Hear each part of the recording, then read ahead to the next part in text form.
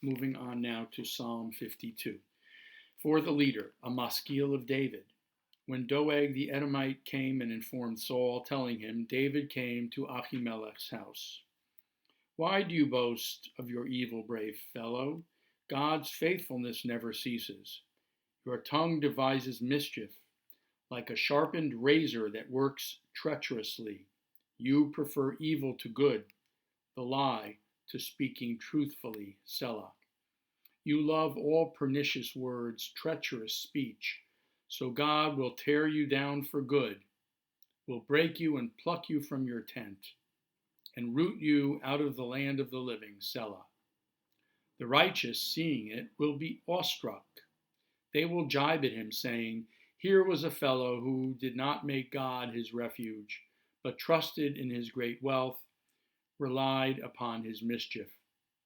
But I am like a thriving olive tree in God's house. I trust in the faithfulness of God forever and ever. I praise you forever, for you have acted.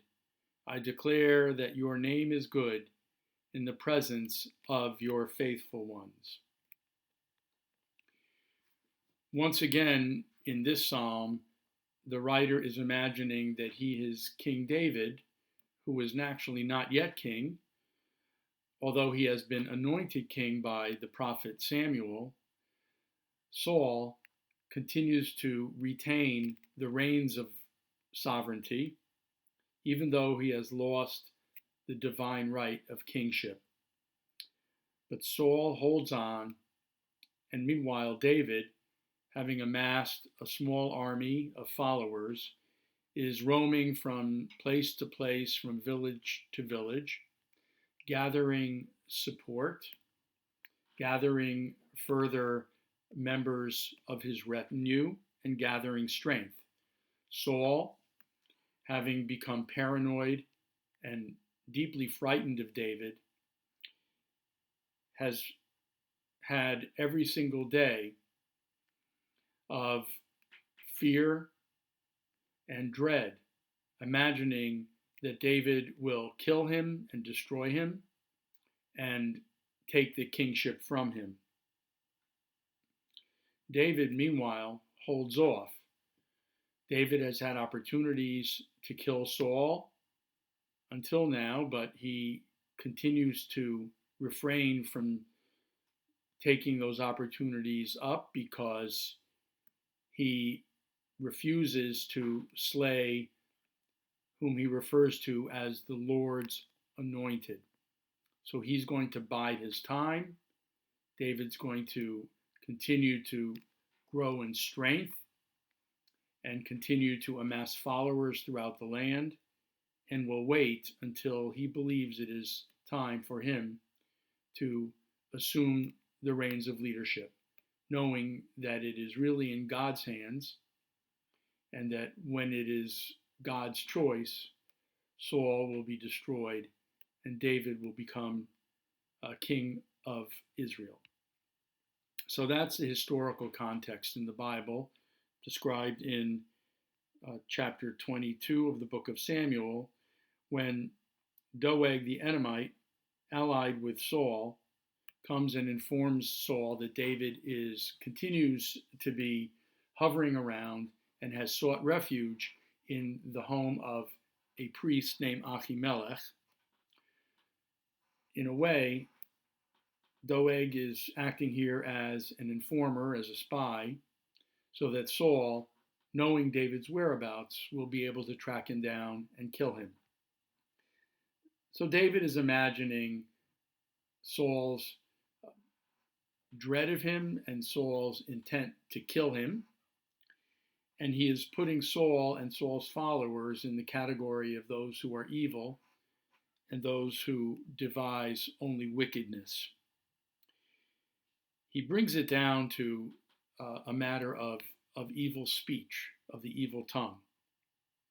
He says, Your tongue devises mischief, like a sharpened razor that works treacherously. He's imagining the tongue and the idea of harmful and destructive speech as having the same power as a sharpened razor that can slit somebody's throat and destroy them. It's no wonder that slander and gossip is often referred to as character assassination, using a term having to do with murder to apply to lashon hara and slander and evil speech.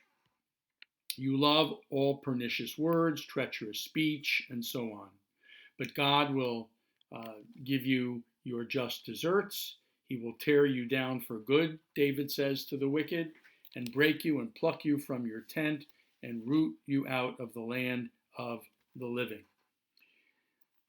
I can't help but refer to at this point the beautiful words of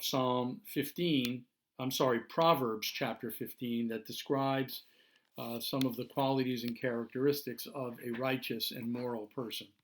And it says, a gentle response allays wrath. A harsh word provokes anger. The tongue of the wise produces much knowledge, but the mouth of dullards pours out folly. The eyes of the Lord are everywhere, observing the bad and the good. A healing tongue is a tree of life, but a devious one makes for a broken spirit. The lips of the wise disseminate knowledge, not so the minds of the dullards. The power of speech, what crosses the lips, has the potential of wreaking great havoc and terrible destruction, but the tongue of the wise produces knowledge. A gentle response allays wrath. As opposed to that, a harsh word provokes anger.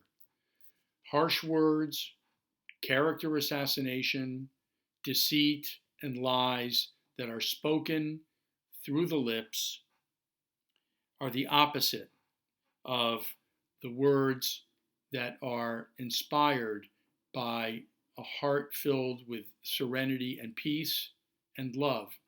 Words that can only generate love and peace in kind.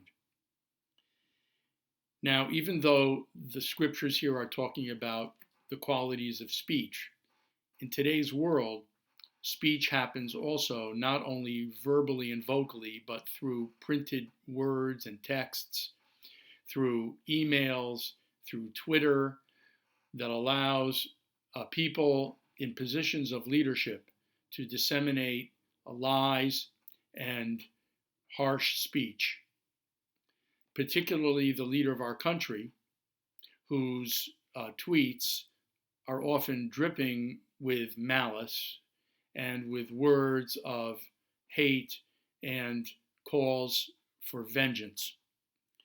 These words can stir up a great amount of misunderstanding, frustration, anger, and paranoia in turn. And so the power of words to hurt, as opposed to the power of words to heal, that is what the scripture is emphasizing here. And the power of words also comes through in the written and printed word as well as in the spoken word. Today is a time, especially now, to call for words that heal, words that disseminate understanding and tolerance and compassion and love.